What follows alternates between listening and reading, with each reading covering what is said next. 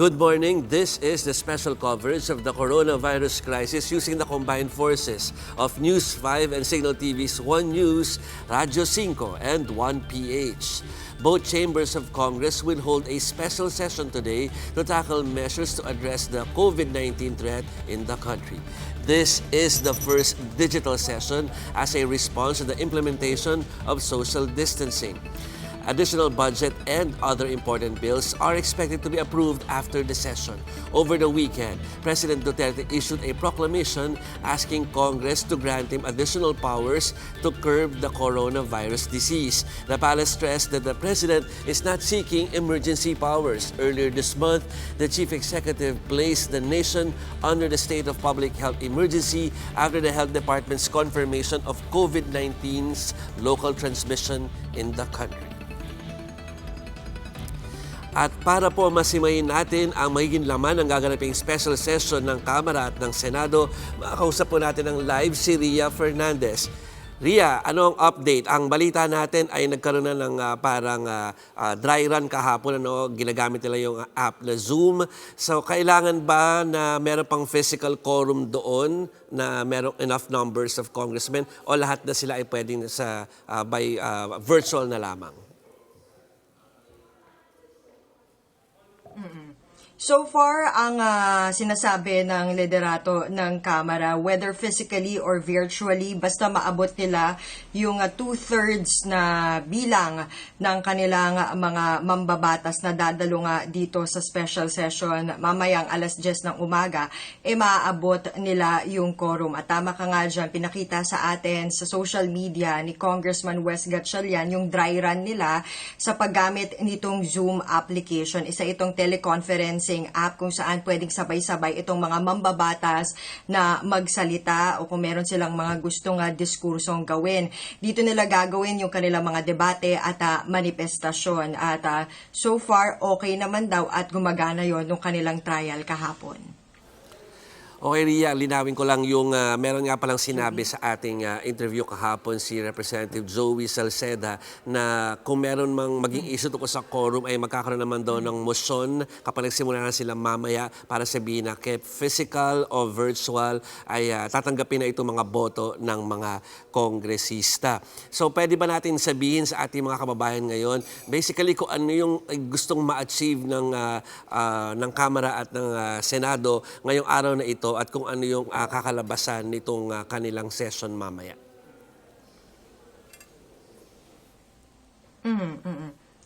Ang target nila ay maipasa ng mabilisan itong Bayanihan Act of 2020.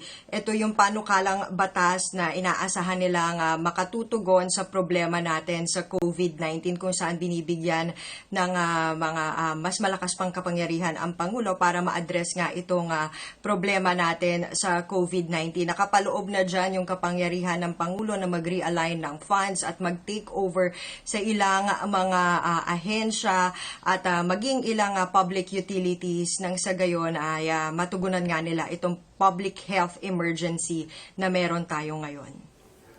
Pero alam mo naman, Ria, I'm sure you're aware na naging controversial kahapon yung kumalat na proposed na kung ano yung dapat tatalakayin sa session ngayong araw na ito. Pero tinanggi na nga ng palasyo na hindi na sila ay humihingi ng emergency powers para sa Pangulo. Sabi na hindi daw ito totoo.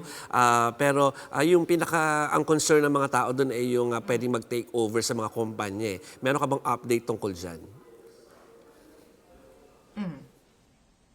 Humingi tayo ng kopya ng House version ng panukalang batas nitong Bayanihan Act. And nung binabasa nga natin yung mga kapangyarihang ipagkakaloob nila sa Pangulo once na maipasa itong batas na ito, so far, hinanap ko specifically yung sa pag-take over ng businesses. And pinapakita doon o naka-express dito na tangi yung mga businesses lang na may nakikita nilang malaki ang role para matugunan yung problema sa COVID-19. For example, yung procurement ng mga PPE at iba pang medical device or tool na kakailanganin ng ating mga health workers.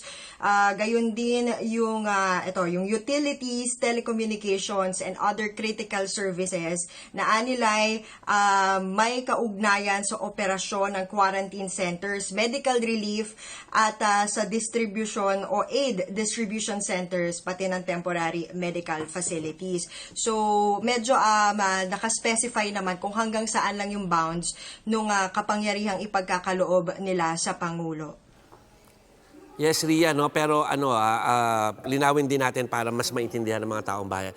Based sa mga interviews natin sa mga congressmen kahapon, lumalabas na ayaw nilang maging masyadong technical, although tayo sa media babantayan natin yan mamaya yung mga technical terms na yan. Ano?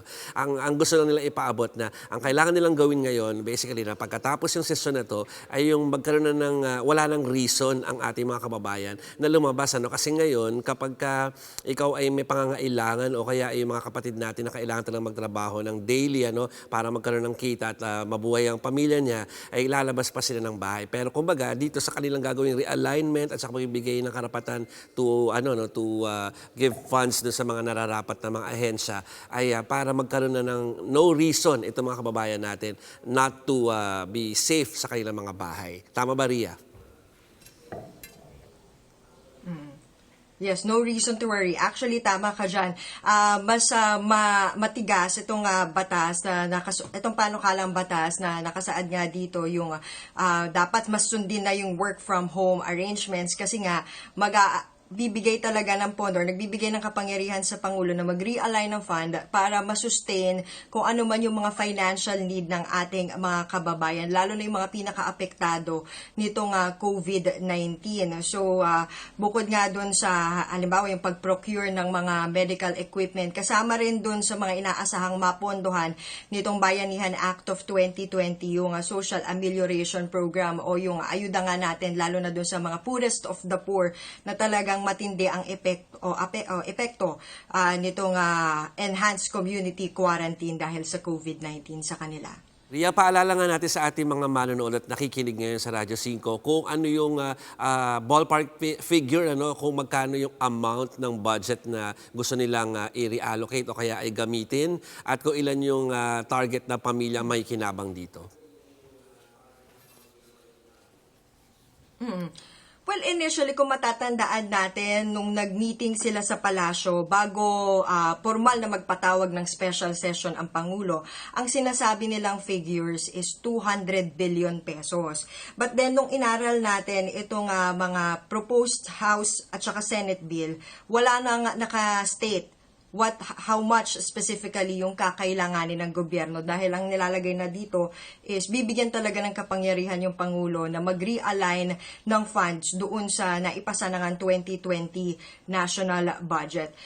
Kung babalikan natin yung sinabi ni Finance Secretary Sonny Dominguez kay House Speaker Alan Cayetano sa Facebook Live nila nung araw na nag-meeting sila sa palasyo, kung matuloy man yung at least 200 billion pesos na pinag-uusapan, ang pagtitiyak naman ni Secretary Dominguez ay hindi maapektuhan yung mga buwis natin, walang pagtataas daw ng buwis na mangyayari, and then hindi rin magtitipid ang gobyerno para ma-pool yung 200 billion funds kasi hindi daw nila kukunin yon sa mga existing economic programs ng pamahalaan gaya ng Build. So may tinatawag siyang non-budgetary programs, doon daw nila hihilain o ipupool itong 200 billion pesos. So once na matapos siguro itong special session, malalaman natin kung where specifically ba talaga and how much ba talaga yung pinag-uusapan na pera kontra COVID-19. Okay, panghuli na lamang, Ria, gusto ko kasi yung mga kababayan natin na medyo maging handa do sa kanilang mapapanood mamaya o kaya ay mawi-witness na naku, sa totoo lang, kakaiba po yan, na mangyayari na virtual nga yung magiging daloy nung partisipasyon doon sa lower house. Well, sa Senate kasi ibang animal, pero anyway, yung so ang totoo ba para na ma-confirm mo na meron ng mga parang limited lamang yung mga pwedeng magsalita, hindi lahat ay pagbibigyan, at pagkatapos ang botohan ay yun doon natin makita yung teknolohiya ng Zoom doon sa botohan na lang mismo.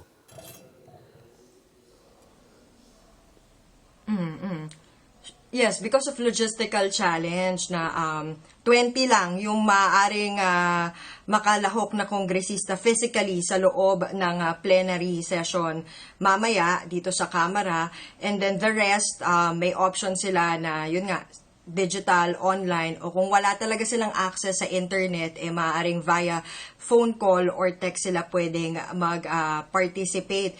And ang magiging sistema mamaya, dun sa mga lalahok through online, meron na nga silang Viber group, di ba? So, dun sa Viber group nila, ikakast yung kanilang mga boto. And ang nakita nating sistema nila, tanging yung mga tauhan lang mula sa Office of the Secretary General ang maaaring mag-like doon sa mga chat. Kasi halimbawa, ako kongresista. So lalagay ko doon Fernandez, yes. So ilalike lang nila, which means na-count na nila yung botong yon, and magre-reflect yon sa LED screen na nasa loob ng session hall na mapapanood din sa ating mga tele at saka live streaming. Then, yung mga hindi talaga makakalahok through online, sabi din dun sa message ng Office of the Secretary General, meron na din daw mga lumapit sa kanilang kongresista na nabasa na yung panukalang batas at in advance, nagbigay na raw ng boto sa kanila. So, ikakas na lang nila formally yon mamaya. But the rest, Okay, nagkaroon tayo ng technical difficulty doon, pero nasabi naman na ng ating kasamang si Ria Fernandez kung ano yung dapat nating expect mamaya dun sa kakaiba po na special session na gaganapin sa Senado at sa mababang kapulungan. So abangan niya po yan dito rin sa ating himpilan. Samantala, si Vice President Robredo po nag-reiterate yung call niya for mass testing as cases of COVID-19 continue to rise in our country. In a tweet, Robredo says her office has already delivered 5.3 million peso worth of extraction kits to help make it possible. The Health Department earlier assured the public that more testing kits will be available in the coming days. DOH says it is expecting over 120,000 kits from different countries such as China, South Korea, and Brunei. On Saturday, the country received 100,000 virus test kits from China, as well as 100,000 surgical masks, 10,000 N95 masks, and 10,000 sets of personal protective equipment or PPEs. The International Olympic Committee is not dismissing the possibility of postponement as the COVID-19 crisis continues to hamper preparations for the 2020 Tokyo Olympics. In a statement, the committee says it is in talks with Japanese authorities and the Tokyo 2020 Organizing Committee to ramp up the scenario planning for the much-anticipated Games. The IOC says it will come up with a decision in the next 4 weeks, but maintains an outright cancellation of this year's Olympics is not an option. Games are supposed to kick off in July, but the IOC says it recognizes the magnitude of the global health crisis as well as the possible unavailability of critical venues for the Games in the coming months. And that's the latest on the enhanced and expanded community quarantine in Luzon. For more updates, follow News 5, The Philippine Star, and Business World Online. I'm Joey Francisco. We are One News.